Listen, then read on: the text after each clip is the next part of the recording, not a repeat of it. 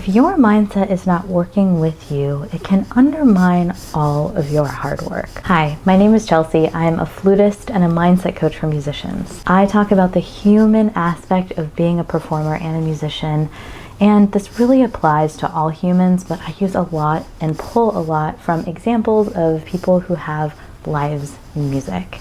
That's what I know, that's what my clients do. So let's talk about why coaching has actually helped me more than practicing. Now, I want to start off by saying, of course, if you don't practice, you can't actually do the thing. There has to be a certain amount of baseline level of proficiency when you're practicing and preparing for something. That has to be there, of course. I'm never going to say, oh my gosh, you can just work on your mindset and never practice and be able to do something. I can't just work on my mindset and then go Olympic snowboard. I don't know why I use that example, but you get the idea. I would actually have to snowboard for many years to train and actually do the thing. But your mindset is what allows you to train fully for whatever you're doing. And that's what we're going to talk about today. The first concept that I really learned to grapple with in coaching was that your thoughts create your feelings. This means how I interpret the world creates how I feel, and how you interpret the world creates how you feel. We are both going to feel different ways about a given performance, about any object in the world, about the world itself. We are going to feel drastically different about everything because we interpret the world differently, because we all have different lenses. Taking responsibility for this is actually extremely useful and really kind of the first step to gaining agency over your own playing, how you see yourself in the world, in the music world, what your potential is for yourself, all of that stuff. That is going to be extremely relevant to what you do, because the amount that you are willing to put into something is directly related to what you think is possible for yourself. So if you think, yeah, there's kind of just no way I'm going to win this audition, there is no way that you are going to practice enough to win that audition. There just isn't. And that's what I mean about your mindset being the most important thing, because it will dictate how much work and effort you put into it. Your mindset is your thoughts and your feelings and your actions. Your thoughts that create your feelings, which drive your actions. That system of operation, that process, is what your mindset is. It's a mindset. It's a set it and forget it. A lot of times we're not even aware of it. So really owning what thoughts am I thinking? How am I interpreting this? That's going to make me feel a certain way, and that's going to dictate how much work I'm able to put into this. And that work is going to dictate how far I get with this. That's really powerful, and it all comes from your thoughts. I think that there is something to be said for doing actions even when your thoughts don't align with it, but I don't know if we give our thoughts enough credit. Now, your feelings are going to affect your playing and performance. Your thoughts create your feelings, and your feelings do drive your actions, but they also affect your actions physically because they are feelings to be felt, not thoughts to be thought or things to shame yourself about. They are feelings. You feel them in your body. So if you are feeling anxious and stressed and putting a lot of pressure on yourself because you're not aware of your thoughts and you're constantly downing yourself and ruminating and comparing yourself, that's going to take a physical toll. And you won't feel comfortable playing your instrument. And then you do that in the practice room and on stage for years and years and years. All of a sudden you have this terrible relationship with your instrument that you don't know what to do with. And that's, I think, where I see a lot of people either quit or burn out or need to take a break completely. I know I got there. So that is number one. Your thoughts create your feelings. And that information will get you so far if you know how to inquire and get to know how your brain is already thinking. It is just an organ that is trying to help you be alive in the world. So if it doesn't feel safe for you to take emotional risks, then your brain's going to doubt yourself. It's going to come up with all these different reasons why you're not good enough and you're not cut out for it and all these things. It's not true. That is a survival mechanism it has in place. Now, this goes into my next concept, which is one of my favorite ones that I learned when I was changing my mindset. And that is to be willing to feel any emotion. We, as humans, are not meant to just not feel emotions. Emotions predate words. We have labeled emotions as things that we feel, but they have been happening. They have been the sole drivers of our lives for a very long time. Now we have conscious awareness. We have the ability to look at our thoughts and feelings and emotions and sort of have this zoomed out lens, which is amazing. But if we are willing to feel embarrassment, humiliation, pain, if we're willing to feel disappointment, and we know how to sit with ourselves through that, oh my gosh, that is a skill that is so underrated. I can't even tell you. Like, if you're willing to develop the ability and the skill of failing and being rejected and being disappointed, you know how to move through it, you're so much more willing to put yourself out there. Like, it's actually insane. Like, I know how to deal with the physical vibrations of discomfort in my body. Let's go. If that's it, that's the price I'm paying, is like maybe a day of discomfort, maybe a few waves of discomfort for a week. Let's do it. Because the outcome for me is so much more worth it. My dreams of doing this or that are so much more worth it. The willingness to feel any emotion, managing your mind about yourself, really getting clear on what you want to think about you and implementing that every day, that's confidence. That will build so much more confidence than just putting yourself out there and beating yourself up and doubting yourself every step of the way without a plan in place on the back end. Because that feels like the stakes are so, so high. No one tells you in music school or anywhere, in any school. I mean, I think, except maybe like coaching trainings that I've done. But no one tells you how to process emotions, how to sit with your emotions, how to have your own back in hard moments.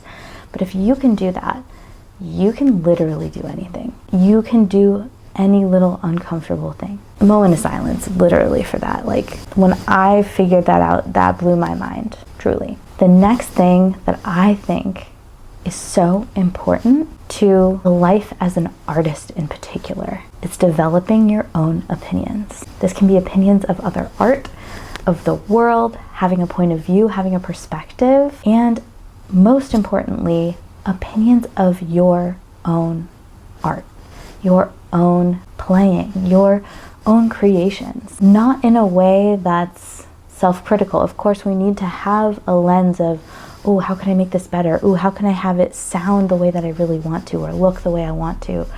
Those are different things from, oh, this just isn't good enough and I suck. That's not the same energy at all. Developing opinions about music, about art, about the world, about everything.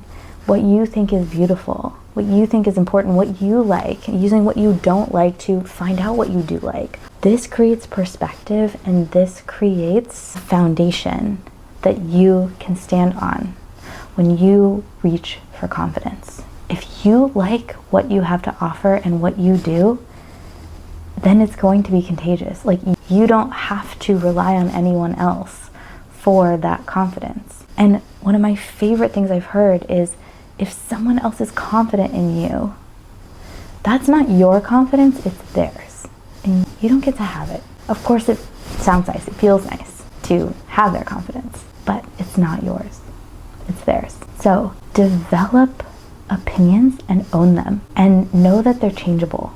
Know that you don't have to keep them forever if you don't want to, but developing these opinions is going to be one of the things that is so empowering for you as an artist, because you get to figure out who you are by sifting through the world, by saying, what would I change here? What would I do differently? You know, what would I like to hear here or there? There's a lot of birds and helicopters today. Just, we're dealing with it, and it's fine. Now, a lot of times, especially in classical music, we like to put people on pedestals. We like to put our teachers on pedestals, really great musicians on pedestals, people we admire on pedestals, and think that it's really important to know. And this is something that I actually didn't know or really think about or internalize until I was like almost 30. I didn't realize that those people are also just like humans with thoughts in the world. And so am I. And like, I even had to break it down, like, this person's like a blob and they have thoughts and I'm a blob. and I have thoughts and like electrical currents running in my brain. Why am I so obsessed with what they think? Why is that blob better than this blob? What? We all just have thoughts. We're all entitled to opinions. And instead of focusing so much on the opinions of everyone else, focus on your own. It will only serve you, I promise. Because you can get the opinions of trusted people that you want, if you want, but always have a filter of, okay, they think this. Do I want to take that and keep it? Do I want to now think that? Instead of just taking their word as like gospel, because it isn't. Now, this last one is usually what is prescribed to get better at an instrument, which is practicing more. More time, more familiarity, things like that. Now, I hit a point where I was seeing people younger than I was winning auditions and different things, and I wanted so badly to figure that out because I was like, okay, wait, no, because I have put in so much more time than these people, and like, why are they so much younger than me and winning auditions? Like, this does not compute. I have practiced more than they have. I don't understand here. What's going on? And sometimes we even went to the same schools. Like, I don't get it. What I was missing was I didn't trust myself. Now, I want you to think about all of the knowledge that you have. For me, this was like rehearsals, this was practice sessions, this was lessons. This was chamber rehearsals, this was orchestra, this was all of the hours and days and weeks and years and all of those things, all of that knowledge, the master classes, my gosh, everything. All of that lives in your bank of knowledge and experience, all of it. Now, you get to value that bank of knowledge, the money you've put away, as much as you want. For me, I literally feel like I'm sitting on mountains of gold when it comes to like flute playing and mindset and all of these things. And I'm like, I have 1,000 ideas for so much and I'm trying so hard to put them out on YouTube as fast as I can. Side note. But the amount that you trust yourself and value your own knowledge is the amount you get to withdraw from that bank. And I realized that because I was looking outside of my own bank to everyone else's banks. Be like, can you give me a little bit? Can you give me some? What? The amount that you trust yourself is the amount that you can withdraw from the bank. Maybe these people are younger than I am.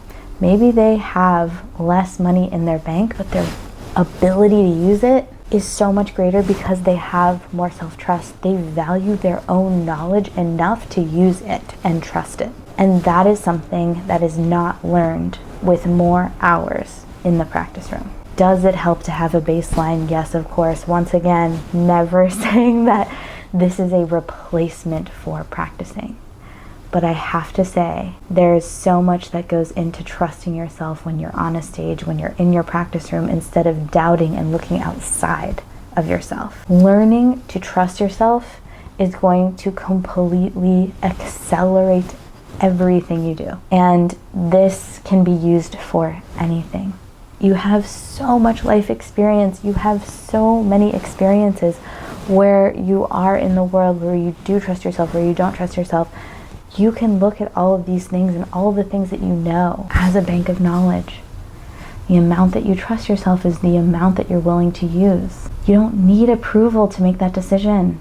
Use your bank of knowledge. You don't need to look outside yourself for advice. If you know and you have internal guidance, you have that self-trust. I used to think that the most important thing I could do was check off the boxes of practicing 4 hours a day. And then I would see colleagues and peers of mine fly by me without doing their due diligence of the hours. And I thought, this is so unfair. I don't get it. What's going on? That's what was happening. I wasn't using my own bank of knowledge. I have been doing such diligent work on my mindset for the past 5 years. I know that I have dedicated more time to my mind than I have to my flute in the past 5 years. This is after 10 years of music school. This is after building an extreme foundation for my flute playing, so just know that.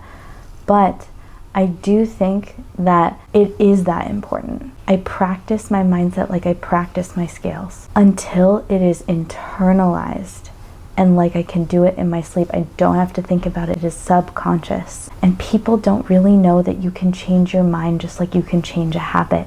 You can learn a new mindset just like you can learn a new piece. You can internalize it, memorize it. And that's why I love coaching musicians so much, is because you get that. You understand practice. You understand how your body can learn a skill. It's the same thing with your mind. It can learn a new mindset, a new way of operating. So if you have made it this far, I just want to know if that's happening, and comment like a brain emoji below with maybe some music notes, and just if you think that your mindset is actually worth working on just as much as your instrument, because in my opinion, it's actually so much more valuable, because then you get to actually enjoy what you do. And if you like this video, I hope you subscribe, and I will see you next time.